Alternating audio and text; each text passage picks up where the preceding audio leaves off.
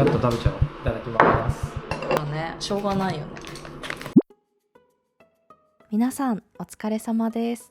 日本語チューターのかなです。この動画では会話を聞きながら文型、ニュアンス表現、音の3つのポイントから解説、練習をします。今回は私たちが海外から日本に帰国したばかりの朝ごはんの時間のとってもカジュアルなちょっとくだらない日常会話です。まずは翻訳なしでよく聞いてみてください。ちゃちゃっと食べちゃおう。いただきます。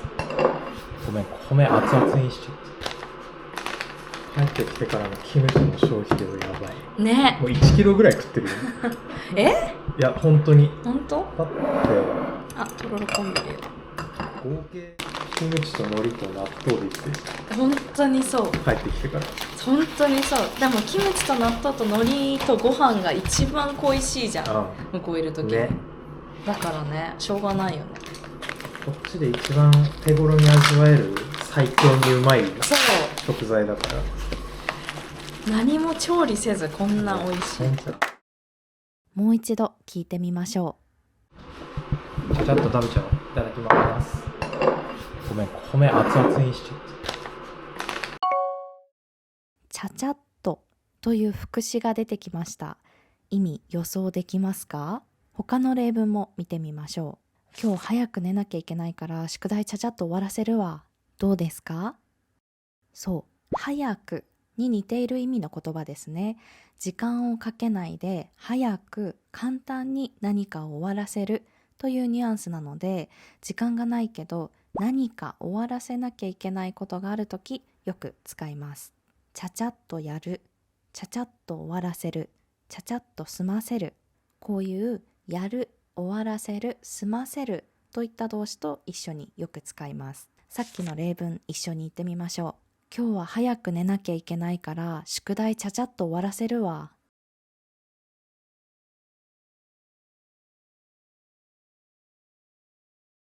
いいですね。ちなみにささっとという表現もちゃちゃっとを使う場面で同じように使うことができます。ささっとよりちゃちゃっとの方が日本語で音がちょっと面白い感じなので、よりカジュアルな感じがします。じゃあこのちゃちゃっと食べちゃおうという同じ文から文型を2つ見てみましょう。食べちゃお、この茶を何かわかりますか？まずてしまうのカジュアルな形ですね。ちゃう、ちゃおう、ちゃうの移行形の形です。カジュアルに言うとき、ちゃおうのうがなくなってちゃおになります。他の例文も見てみましょう。あ、とろろ昆布入れよう。ここでも入れようじゃなくて入れよとカジュアルに言ってますね。じゃあ文型の話に戻って、移行形はどんな時に使いますか？ちゃちゃっと食べちゃおう、あ、とろろ昆布入れよう。そう、自分の意思を言う時に使ったり、他の人と一緒に何かする時、誘う時に使ったりしますね。じゃあ例文で練習してみましょう。眠いからコーヒー飲もう。言ってみましょう。眠いからコーヒー飲もう。2つ目の例文。この店おいしいから今度一緒に行こう。言ってみましょう。この店おいしいから今度一緒に行こう。いいですね。次はちゃうの意味を確認します。実はこの会話にもう一つちゃうが出てきていたんですが、気づきましたか？もう一度聞いてみましょちゃちゃっと食べちゃおう。いただきます。ごめん、米熱々にしちゃった。ごめん、米熱々にしちゃった。ちゃうの過去形、ちゃったですね。ごめん、米熱々にしたと、ごめん、米熱々にしちゃった。ニュアンスどう違いますか？これを言った本人にちょっと聞いてみましょ米熱々にしたは自分でそうしたくてそうしたって感じです。熱々にしちゃったはそうするつもりはなかったけどそうなったって感じです。う。ちゃうは自分がそうしたいと思ってするわけじゃないとか、そう期待していないけどその結果になるというニュアンスがあるんですよね。同じニュアンスの他の例文を見てみましょう。コンビニに行くといっつもチキン買っちゃうんだよね。チキンを買う予定がなかったのにコンビニに行ってチキンを見ると美味しそうだな、食べたいなと思っていつも買っているということですね。じゃあこの例文言ってみましょう。コンビニに行くといっつもチキン買っちゃうんだよね。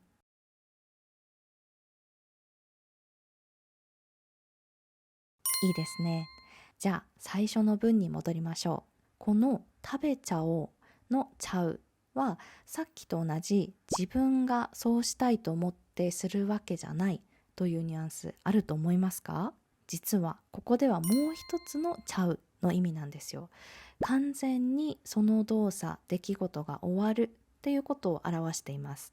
ここでは時間がないから素早く食べ終わることを意味してますね。じゃあこのちゃうを使った他の例文を見てみましょう。このお店良さそうだね。このお店にしよう。予約しちゃうね。言ってみましょう。このお店良さそうだね。このお店にしよう。予約しちゃうね。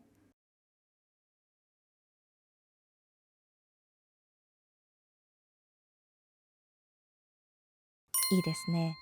実は他にもちょっと違うニュアンスで使われているちゃうがあるんですけど、今回はここまでにします。ぜひてしまうちゃうがどんな時にどんなニュアンスで使われているのか、たくさん日本語の会話を聞いて考えてみてくださいね。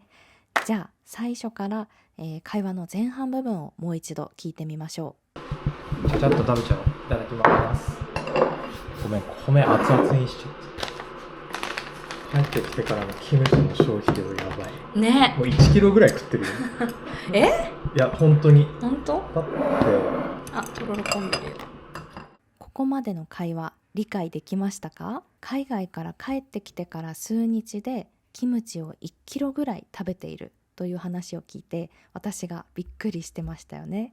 そして急に私がとろろ昆布のことを思い出して、それを取りに行ったので一回会話がそこでストップするんですけど、この後も海外から帰ってきて私たちが日本で何を食べているかという話をしています。じゃあ続きを聞いてみましょう。あ、とろろ昆布入れる。合計キムチと海苔と納豆できて本当にそう。帰ってきてから本当にそう。でもキムチと納豆と海苔とご飯が一番恋しいじゃん。向こういるとき。ね。もう一度聞いてみましょでもキムチと納豆と海苔とご飯が一番恋しいじゃん。向こういるとき。ね。恋しいという形容詞が出てきましたね。今は会えない人とか行きたい場所、食べたいものなどについて会いたいな、行きたいな、食べたいなって強く思う気持ちです。ここでは向こういるときに、向こうは反対側という意味と遠く離れた場所という意味があって、ここでは海外のことを言ってますね。海外にいるときキムチと納豆と海苔とご飯が一番食べたかったという意味です。皆さんは外国にいたら何が一番恋しくなりますか？コメントで教えてください。じゃあ会話の続きを聞いてみましょでもキムチと納豆と海苔とご飯が一番恋しいじゃん。向こういるとき。ね。だからね、しょうがないよね。こっちで一番手頃に味わえる最強にうまいそう。食材だから何も調理せずこんな美味しい。本当だ。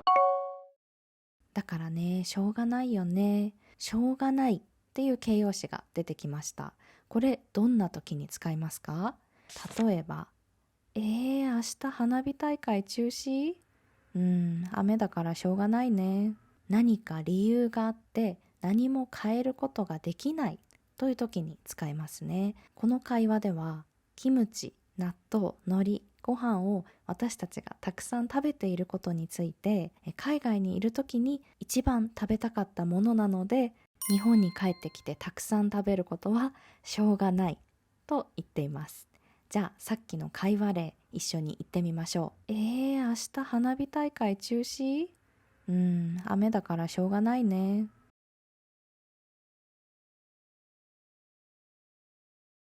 じゃあもう一度最後まで会話を聞いてみましょでもキムチと納豆と海苔とご飯が一番恋しいじゃん。向こういるとき。ね。だからね、しょうがないよね。こっちで一番手頃に味わえる最強にうまいそう、食材だから何も調理せずこんな美味しい。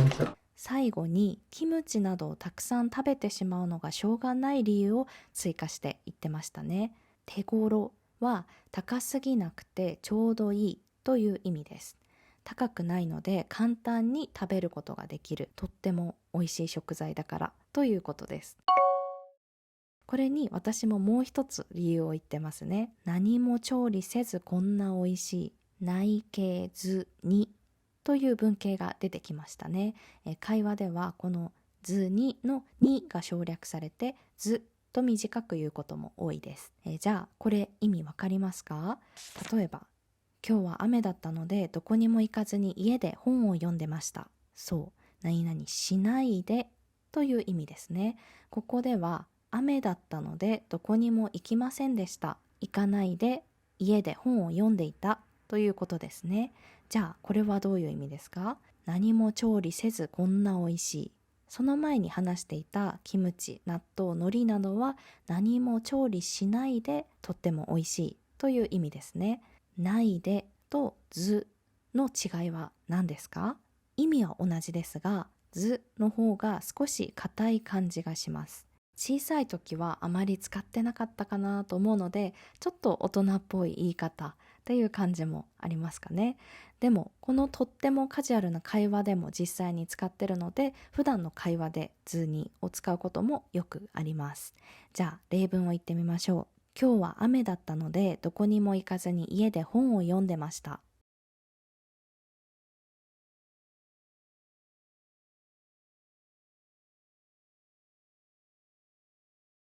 いいですね。2つ目の例文。朝から何も食べずに働いてるからお腹すいた。